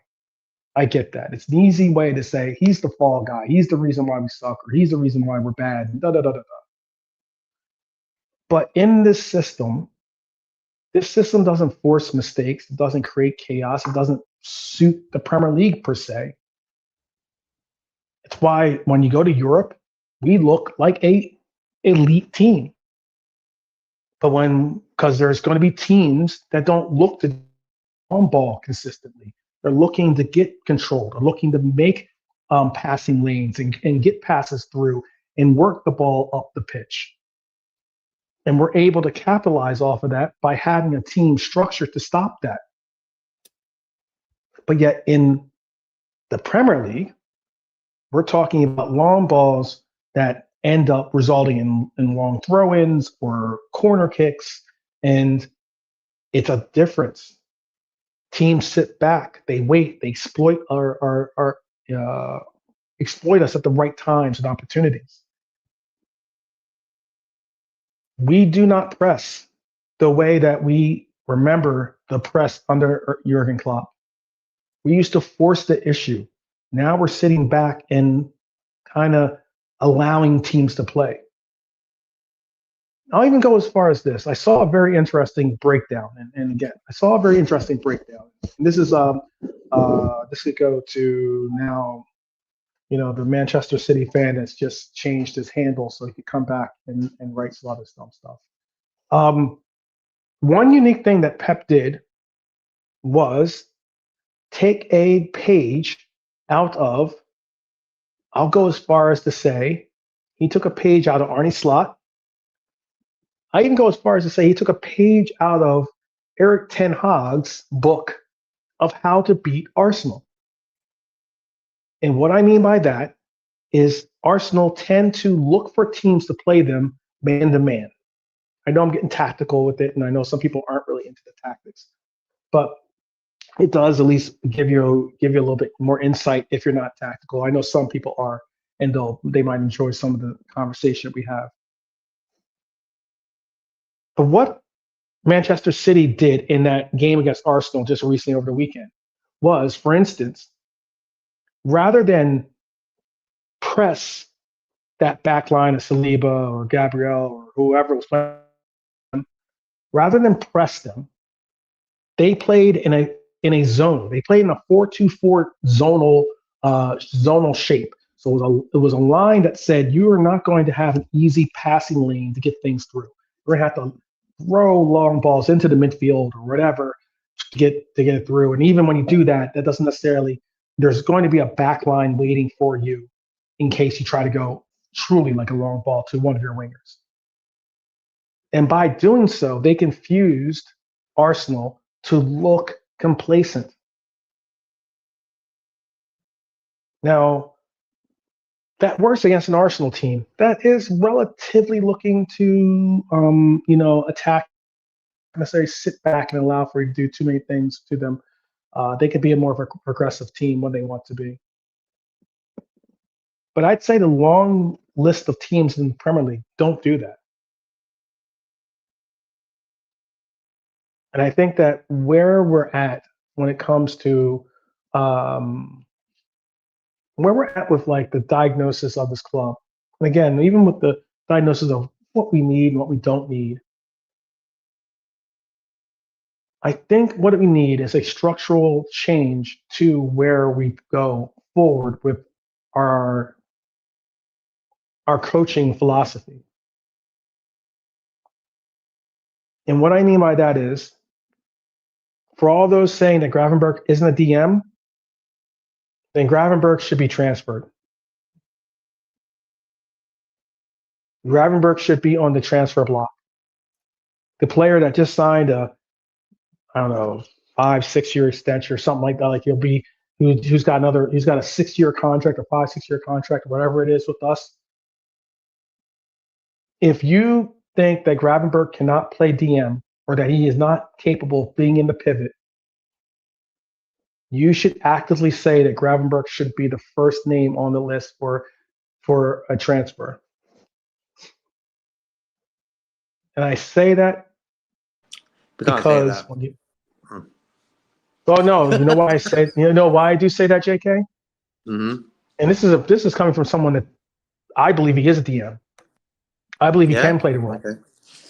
So there's no reason for me to want and hope that he would want to get or needs to get a transfer from his club. But why I'm saying that is this. Where else on the pitch do you play Gravenberch? In a 4-2-3-1, where do you play him? If you can't put him in the pivot, where else do you put him in the team? That's true. So, but if you could play Gravenberch with a guy like Belieber from Brighton, for example. Imagine them two at your pivots with the words in front of them. Okay. That could work. And then if Gravenberch needs a rest, you could play a Sabotslai next to a Belieber. I'm just giving an example. For me, Gravenberch in the last few games has shown a different side to his game. I like Gravenberch. He's a top squad member. I think he's a top player. But I want a bit more. And he's trying to show a bit more by getting goals and assists. But what's happened is a hole sort of being created in that place of the pitch where last season we didn't have that hole. Because Gravenberch thought, you know what, I need to cement a position in this team. I'm not going nowhere over the halfway line. This season, he thought, you know what, I got voted player of the season, young player of the season, midfield-wise. Right. I want to add a few goals and assists to my game. And it's as simple as that, bro. Hence why we've seen big holes in our game sometimes and conceded late goals. Why? Because Gravenberch has gone missing from his role. Do you think that's it? That is him making that decision? Because I mean, honestly, if that's him making that decision on his own, that's easily rectified by a coach saying, "Hey, either play the way I asked you to play, or you'll be on the bench." So it has to be somewhat. Okay, you think it's a bit of both? Okay. I think it's a matter of the coach. I think that I agree with you in the sense of that. I think Gravenberch wants to get more involved offensively. He wants to go forward. He wants to get involved and be capable of being a weapon forward. Yeah, but knowing that he is a capable 8. I think that he is a capable 8. He is a capable player. I'm not saying that he is a Yaya Toure or a Steven Gerrard. But I'm saying that he is a player that's capable of playing the 8, but also playing a defensive-minded role first that can go forward. Yeah. And that's something that I'm looking at him progressively getting better at, considering he's only, 23, right? So considering that he's so young and he's had plenty of years to develop and continue to get better at the skill sets and get better at the position, I think it's this short-sighted and even maybe small-minded to say that he can't progress further. But why I also say that is because there is no other position on this team for him to play currently. And if if you value the player enough that you're saying, hey, he's a good player, he needs to be on the team. That's one thing. He obviously, Slot believes that, considering behind Virgil van Dijk, I think he's the most utilized player on this team. Okay? So with that said, he obviously thinks that he's important enough that he has to be in the lineup. Now, if that's the case, is he so valuable that you maybe augment your team to accommodate him? You make him, you don't go in a 4-2-3-1, you go maybe in a 4-3-3. And you have a sole DM, you give up the pivot, and then you have 2 8s. Now you can use, he can go forward, he can be aggressive, he can be offensive, and all those things that people want him to be, or people think that he can't be as a defensive player. If that's the case, that's fine, but we don't play a 4-3-3. We play a 4-2-3-1. And if that's the case, where does Grab fit? I don't, like, whenever you get into that nuance of the conversation, people want to gloss over that and not recognize that that is the basic crux of the conversation. That's where he plays for me, like, still in the pivot, but the way, like, say, like last season where he was that, like, you know, sitting deep all the time, and McAllister was the one linking with the, you know, with the player in the 10, you know, a bit more, and I see him doing that, you know, behind Vert with somebody else behind him. And I think we get the best out of him then. Because we've just been too open this season, and a large part of it's down to midfield, and to midfield as a whole. It needs a plug, but we've got a hole in the midfield. Feel like, you know, to get the best out of Gravenberch, you need someone alongside him in that pivot. But obviously, he'd be able to get forward much easier with somebody like, you know, insert name here alongside him. For me, I will say this: when something's working, you don't need to fix it, you know. And sometimes a manager needs to have the discipline in him to tell a person like Gravenberch, "Listen, Gravenberch, Ryan, last season you did this. I want you to do the same this season." Okay. And what's happened is he hasn't been doing what he did last season. I like Gravenberch. He's a top lad, bro. But for me, when something's working, there's a chance of you can improve it by, say, 10-15% in certain ways. But keep that 90% of what you did last season, this season. And we can see, as Helio was saying in the stats, in the comments there, about him getting more goals, getting more assists. And we've seen that, and it's great. But we've got enough people and players on that pitch to be doing that anyway. So we don't really need that part of Ryan's game. And that's what I'm trying to get at here. Like, we don't need his goals and assists. If they come, great. Don't get me wrong. But he has to be in positions on the pitch to get them goals and assists. So that's much further up the pitch, where realistically, we just need him to play sweeper. And that is, for me, a DM. A guy who plays sweeper, but a solid guy. Is he solid enough for me? I'm not sure.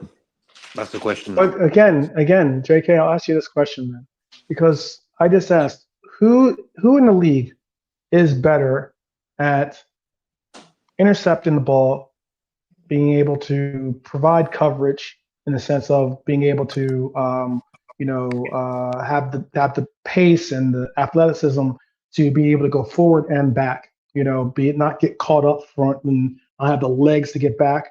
Similar to like when you see, when I see McAllister running after, being that last man in the pivot, trying to chase down a speedy striker or something like that. I'm like, oh, that's not happening. You know what I mean? Having the ability to cover, having the ability to intercept, and having the ability to progress the ball. What player do you think is better than Gravenberch in the Premier League? Let's just say. Morgan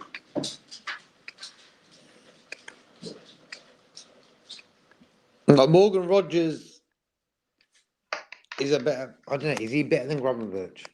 That's a good question. I like Morgan Rogers. I think he's a quality. I like player. Morgan Rogers as a player. I think he's a top quality player. Yeah. If it came down to saying, do you want to have Morgan Rogers on your team, or would you rather have Gravenberch on your team? I'm still saying there's a bigger upside for Gravenberch than there is for Morgan Rogers. I don't know how old Morgan Rogers is off the top of my head, but I know that he is older than. I think one of Gravenberch's biggest problems this season is not being having somebody regular beside him because of McAllister. Truly. He started the season injured, then he come back, but obviously wasn't fit and was in and out of the side all the time. Yep. And it was Gravenberch and Joe. Sometimes it was Gravenberch and Sobersley in the pivot. So he didn't get a chance, really, and for most of the season to have somebody alongside him all the time, functioning well. Yeah. Different last Batman season. and Robin, bro, last season. For me, him and McAllister. So he weren't Batman and Robin this season. That's what I'm trying to. That's truly exactly. It's good that you said that. All right. So, for instance, Tyler is saying that Caicedo is the answer. Caicedo, yeah, top player. Top player. But there's no way that you would say, would you, even in this state of their careers, would you say that, hey, I want to substitute Caicedo for Gravenberch? There was a time when people were saying that. I remember Jamie Carragher was saying you should leave the game before the game leaves you. You know, like that was an assessment of Caicedo the year before. You're talking about bringing that guy in?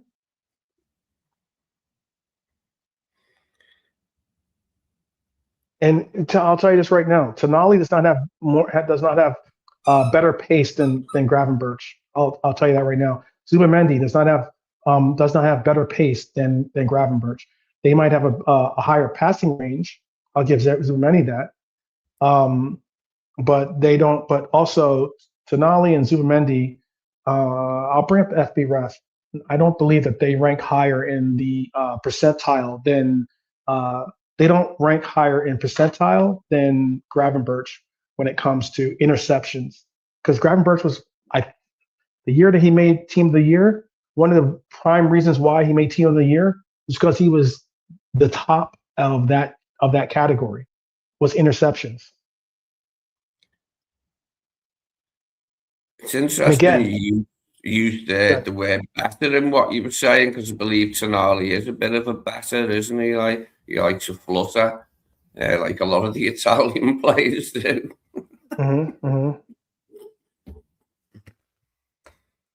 But again, I'll go as far as to say, hold on, let me bring up this character. I know I'm frozen. What I was going to say is, because I'm trying to load up FBref on the other. Let me bring this over here.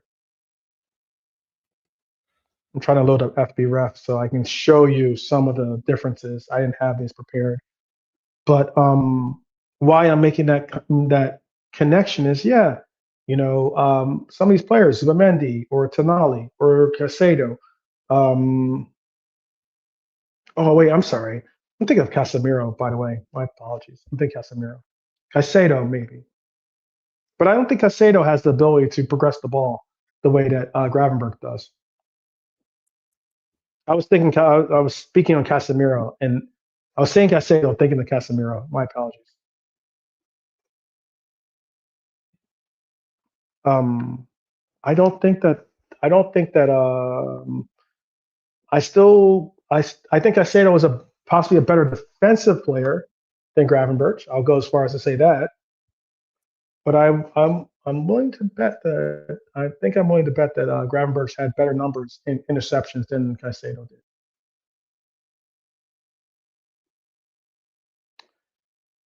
Let me see.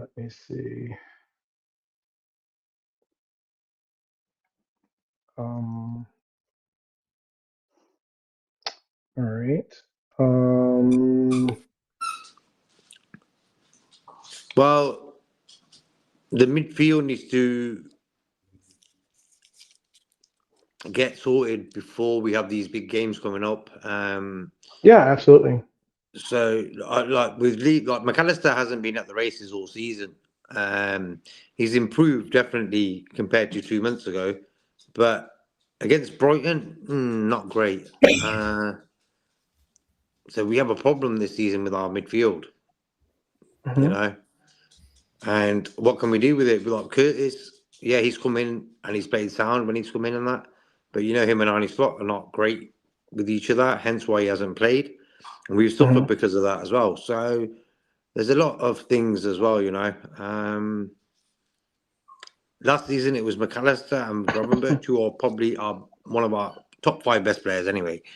And it was Szoboszlai who wasn't the greatest, but this season's the other way around. Szoboszlai has been great, and the other two not so. McAllister probably the worst, yeah, because of his injury, and hence why I'm not saying nothing against McAllister. An injury is an injury, bro. Everyone knows if you get injured, it's a mental thing as well. Getting back into challenges I and stuff. think some of them knocks he took last season, that Tarkowski one was vicious. Yeah, Mate, that if was his vicious. leg was implanted, he would have snapped it there. And when he come in after the match, Tarkowski and the match of the day fella said, what about the tackle? He said, oh, it was a bit naughty. Naughty, mate, that was evil. That was evil personified in a tackle. He's a Man United fan, bro, that's why. Yeah, he's a shithead, Tarkowski. But he took some bad knocks last season. He got really stuck in, and he is a great player, like at his best. But we haven't seen it this season, unfortunately, and it's left a big gap in our midfield alongside Gravenberch.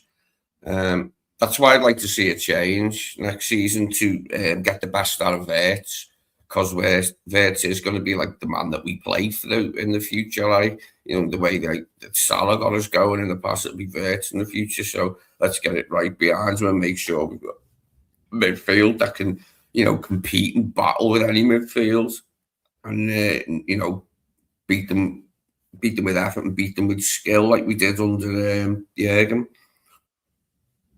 By the way, oh, that's career wise though. Let me see what it was for just the past season. 1 second.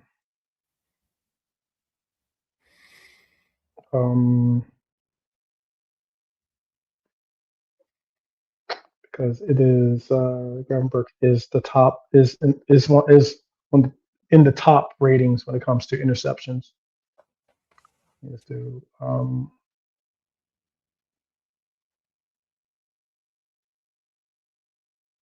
just the Premier League. I do.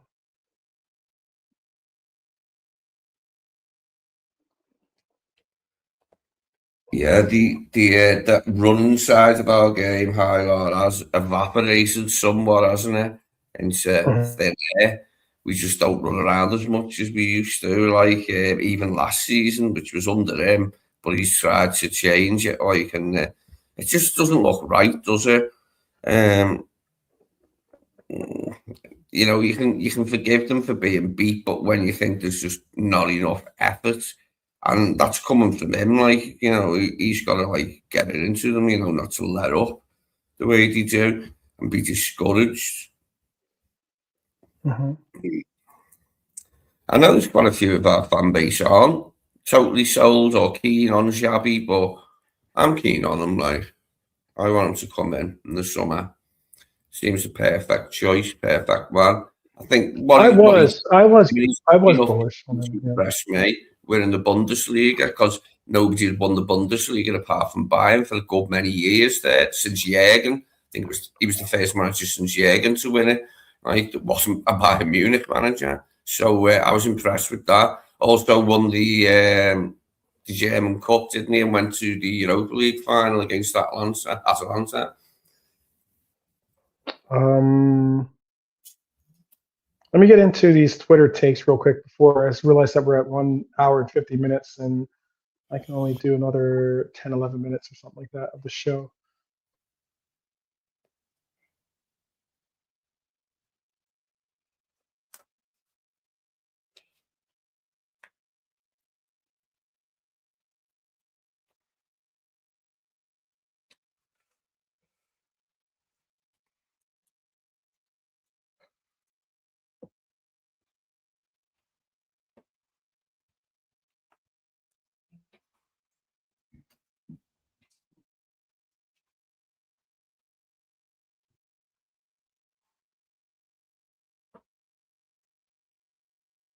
Okay. Hopefully I'm back. I saw that about to happen and I was trying to prevent it. I was just going to say there was this comment here. I wanted to get you guys' comments on this. Roberto De Zerbi could emerge as a contender for the Liverpool job if Arne Slot leaves Anfield. This is reported by Dave O.C. Cop. It was interesting to see. Question to the panel: would you be supportive of it if that was to happen? Would you welcome? Would you want to see that happen? Actually, I'll put it that way. Would he be your top candidate primarily? That's what I'm asking. I don't mind him. He did well at Brighton, and he gave us a good game when Jürgen was manager a few times and got the better of us a couple of times. Decent manager. I wouldn't be up for having him, I don't think. As decent a manager as he is, I'm not sure he's Liverpool's standard. He's of a good standard to Derby, but I don't think Liverpool's standard, like. No, JK, would you be interested in De Zerbi? Not for me, bro. He's okay manager, but I'm not sure. Not for me, no. Okay. There's only one guy really who I want as the next manager. Yeah, one guy. Alonso, of course, you know. So, Zebri, not for me. Okay. There was this as well. This was interesting. Let me just bring this over here, actually. There was this interesting notation. This isn't to deal with us in the Premier League, but it was interesting because it's a team that we're going to have to face in Champions League. And I think what's unique about it is I think they are understanding the fact that there's a lot of pressure being placed on them. And what I mean by that is, again,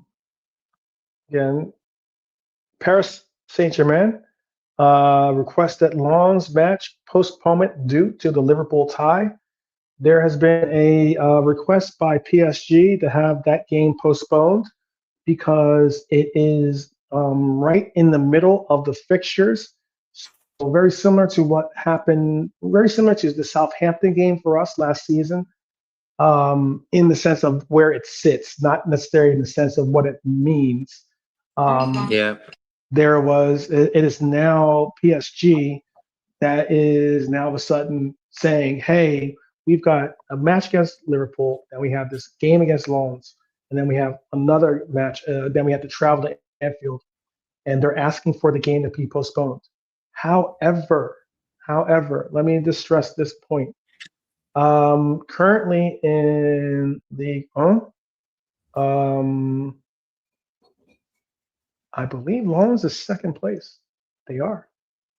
They sit 1 point out of first place behind PSG.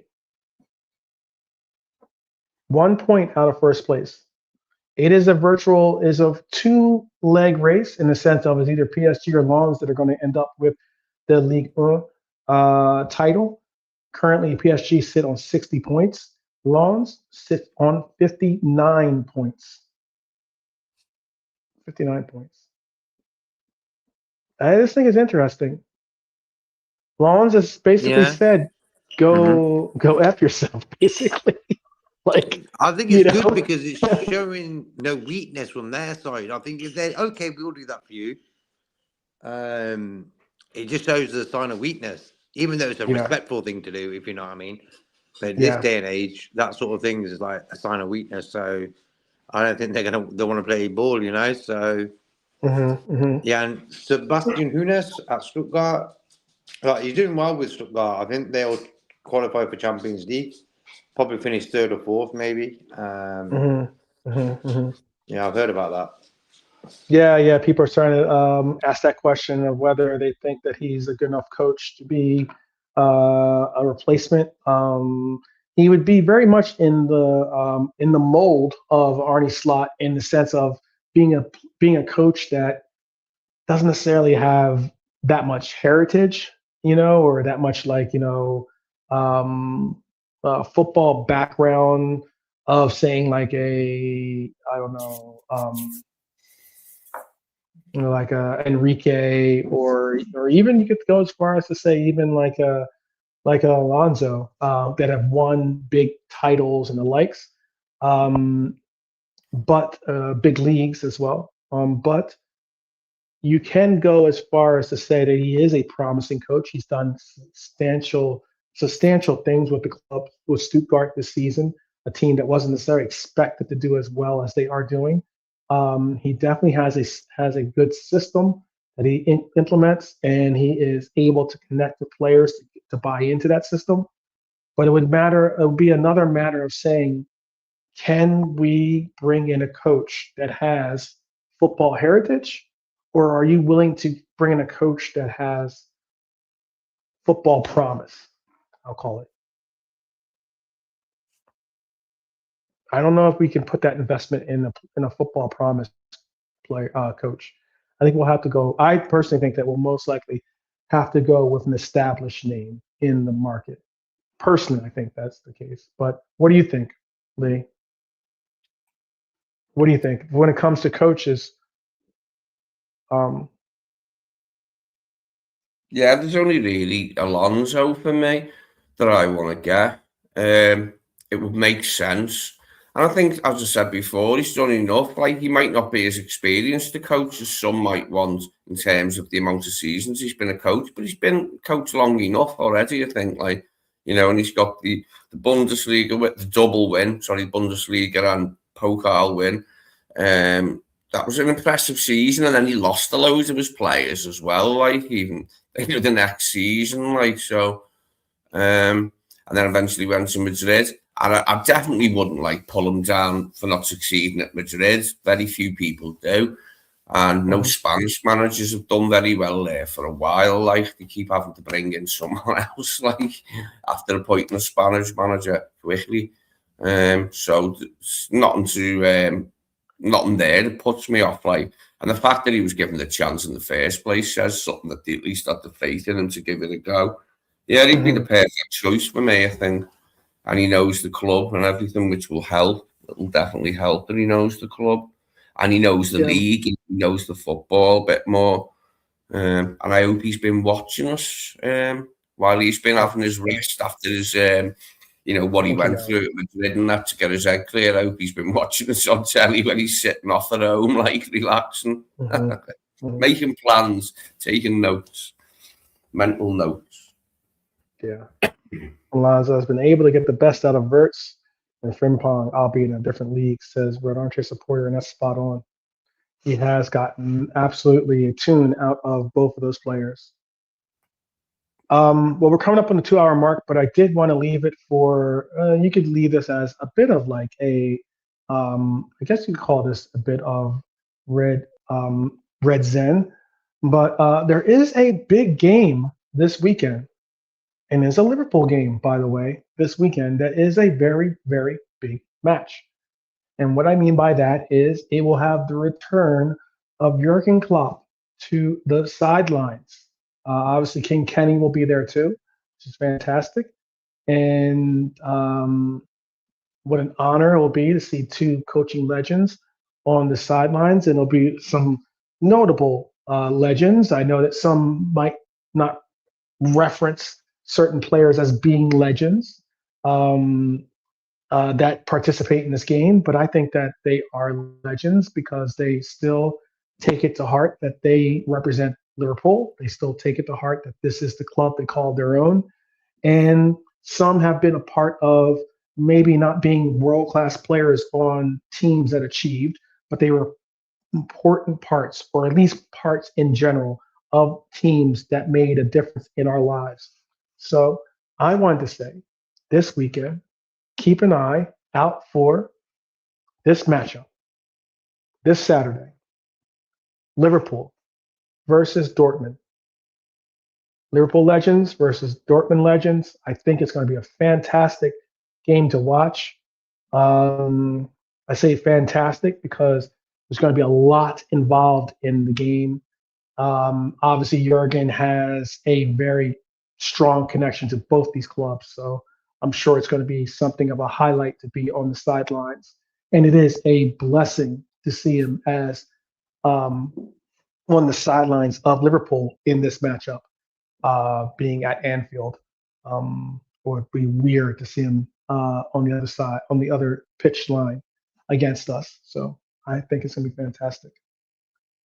Big up, Jimmy. I hope that you guys will. I hope that you guys would like to say bye. That Jimmy's about to Bye, take Jimmy. off. Good night, man. Right, But Jimmy. yeah, how do you guys feel about that? Do you guys agree? Is that a nice bit of red Zen there? How are you guys feeling about this upcoming match? It's good. Game at Anfield.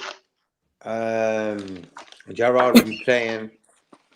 He might just take up the hot seat while he's there, you know what I mean? So, Maybe so. yeah, it'd be good to see Gerrard in that play. Looking Good forward to match. Like, there's a link, obviously, to Dortmund. And there was Yeah. before, because, like, they were our first European final was Dortmund in Glasgow in 66. We lost the Cup Winners' Cup final. It was an own goal. One of their players hit it from the halfway line, and Ron Yates, our centre-half, was running back to get it, and it hit the post and bounced up and hit him on the chest as he was running in to kick it out. It was dead unlucky, but it was a good shot from halfway line to beat us. And then obviously, like, they took up "You'll Never Walk Alone" a long time ago, and then we got Jürgen off them. And we bought players off them before, obviously, like Patrick Berger, but there is a link to Dortmund, like, in a few ways.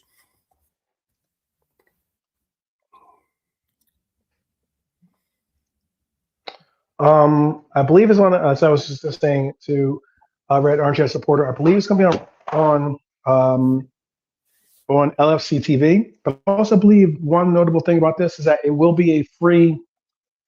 They normally put this game out for free on YouTube, meaning like they'll on LFC TV or I don't know if like some of the other, I think it'll more than likely be free on YouTube on RFC TV or something like that. Right. Don't know if it's live. Yeah. That was one of the first things I'd done when I got a computer, like a few years ago now. It's like there was a Legends match on, and I thought, oh, look at that, and I found it on YouTube.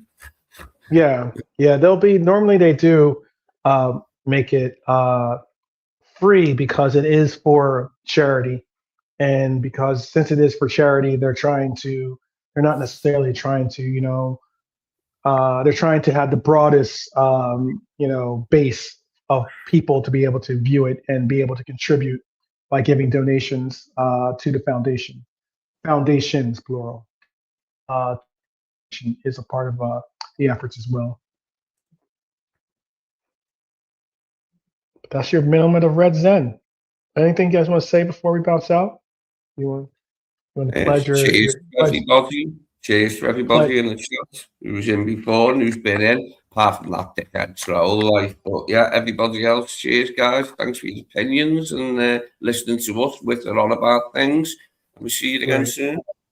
There you go. You get to hear me do my 10th, 15th, I don't know, rant about Gravenberch this season. But anyways, did you want to say anything, any parting words to the people? Any comments about anything? Peace to the chat and big up to the panel and respect to Salaman. Yes, shout. Very much so. Definitely want to give a shout out to the man, the myth, the legend, Salah, for sure. He is certainly an absolute living legend and someone that will always be a Red, whether actively playing on the pitch or not. He will always be a Red in all of our minds and hearts. So with that, we're going to say peace out. I have a bunch of episodes. I'll give you guys a little bit of a taste of what the lineup will be tomorrow as we go through them. But I'm going to leave it on that. Shout out to our Egyptian king, and shout out to you out there in the chat. Hope that you're well. Hope that you continue to get better. and we will see you tomorrow. And as always, up the Reds. Up the Reds.